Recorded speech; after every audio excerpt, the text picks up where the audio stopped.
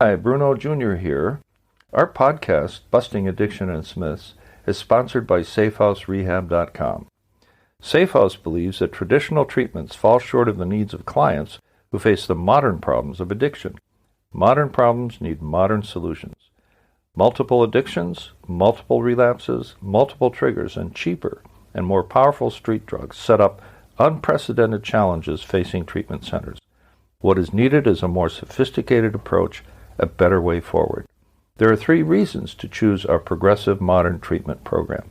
1, a more sophisticated intake process. 2, technology proven to enhance recovery. And 3, the most robust aftercare program in our sector. To learn more, visit us at SafeHouseRehab.com.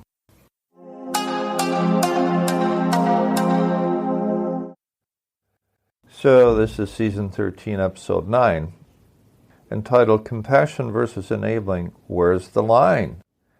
We've spoken of the tricky issue of enabling, which happens when the family leader, usually the mom, thinks she is helping her addict son when in fact she is feeding his disease. She's not really aware that behind his troubles lurks the predator disease called alcoholism. Here's an example drawn in large part from a series of true incidents as described by a well-known author on addiction, and her name is Deborah J. J-A-Y. The first time Robert, a young man that Deborah actually knew, got in serious trouble as a result of alcoholism, nobody identified alcohol as the problem. His parents' reaction is a perfect example of innocent enabling. You think you're helping, but you are just feeding a growing monster. Robert was home for the holidays. His mother lent him her beautiful new car for an evening out with his old high school buddies. But Robert secretly had other plans. He stole away to a seedy old house where he could drink and do drugs.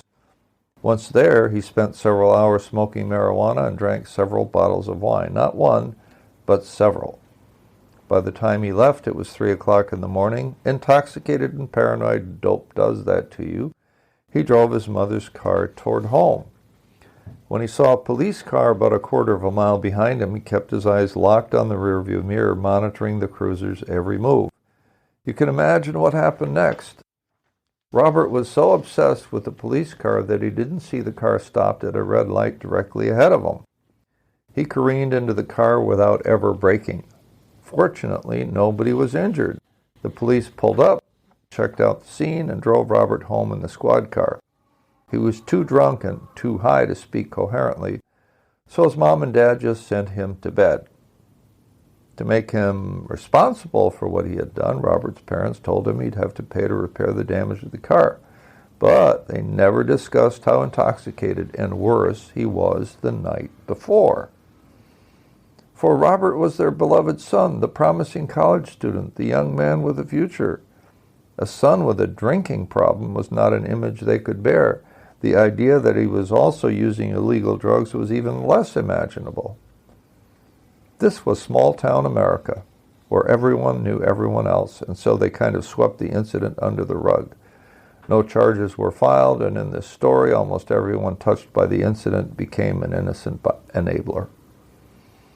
Now, if Robert had suffered a seizure, he would have been treated with the best of medical care. But if someone were to be arrested for drunk driving, we don't call for an assessment or treatment. What do? We call an attorney. The townspeople around Robert just didn't know any better. His parents thought they were helping. Robert's real problem, his addiction, wasn't addressed until years later, when things got much worse and a lot more damage had been done. That's what innocent enabling looks like.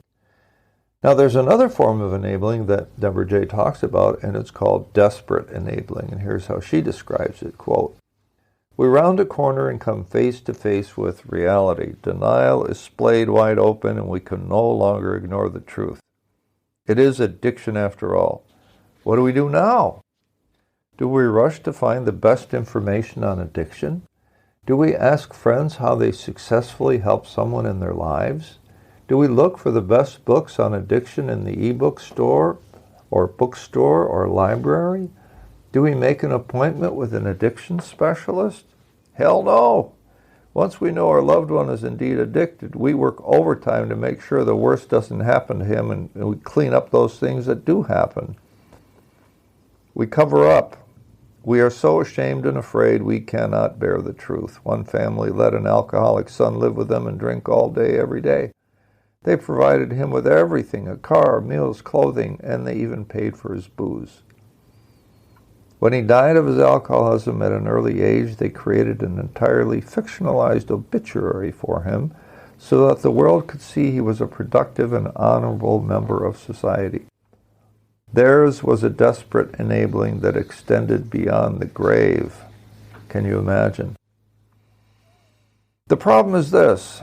Addiction is such a powerful disease it will find its way into every nook and cranny of a family's thinking. It will create a means, any means, to stay alive and well and cause normally sane people to do highly irrational, self-destructive things, like sacrificing their money and their peace of mind just to keep the monster fed.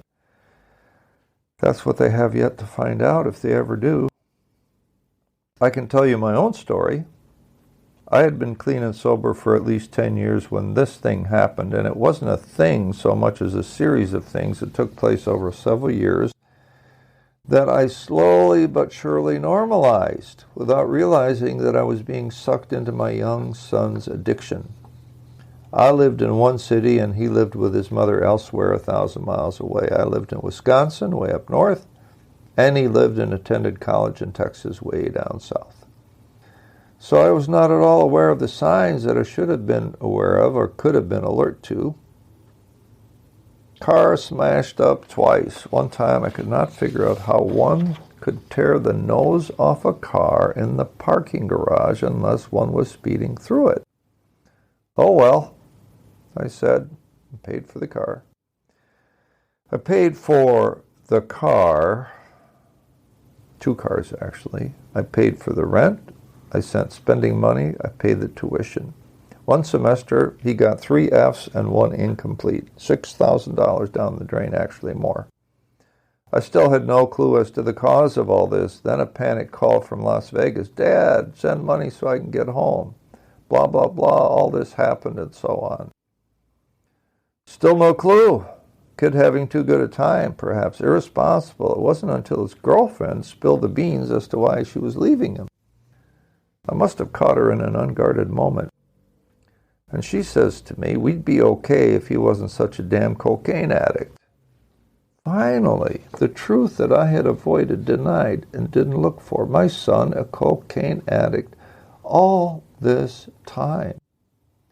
The damn disease took me to the cleaners, picked my pocket, but now that I knew the truth, after some consultation with my counselor, of course, I flew to Texas to confront the little bastard and this is what I told him. Get your ass into treatment, or by the end of this month there will be no more car, no more tuition, no more apartment, no more nothing. He told me at that moment to go F myself. I left some phone numbers to call on his kitchen counter before I left to go back. He was contrite that morning. The high had worn off because he had went out and then came back in. Take me to the airport. Wouldn't you know it? 2 weeks later, his mother called and said, Jake went into Travis County Rehab today.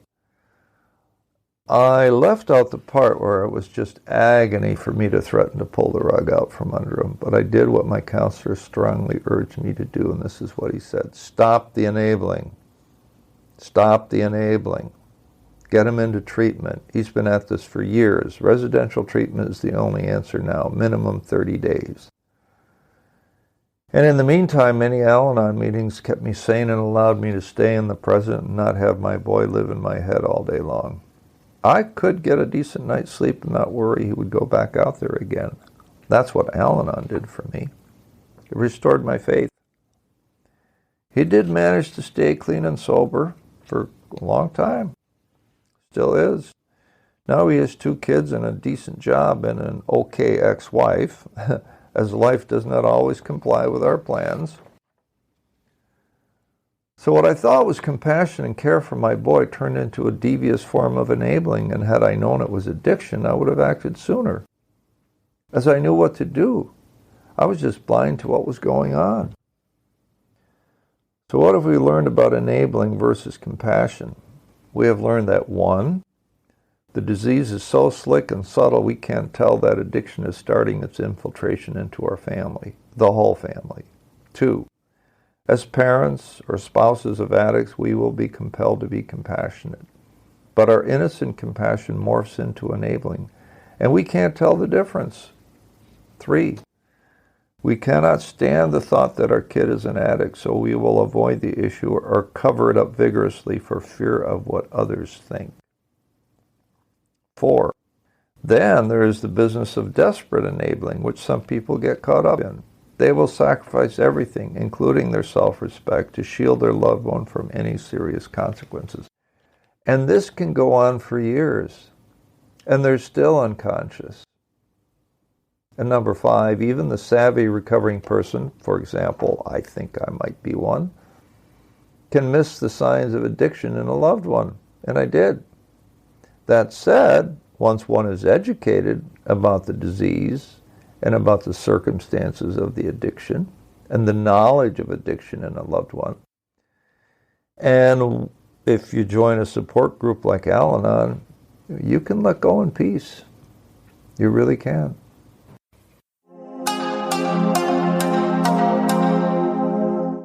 Our podcast is sponsored by SafeHouseRehab.com, a modern approach to recovery.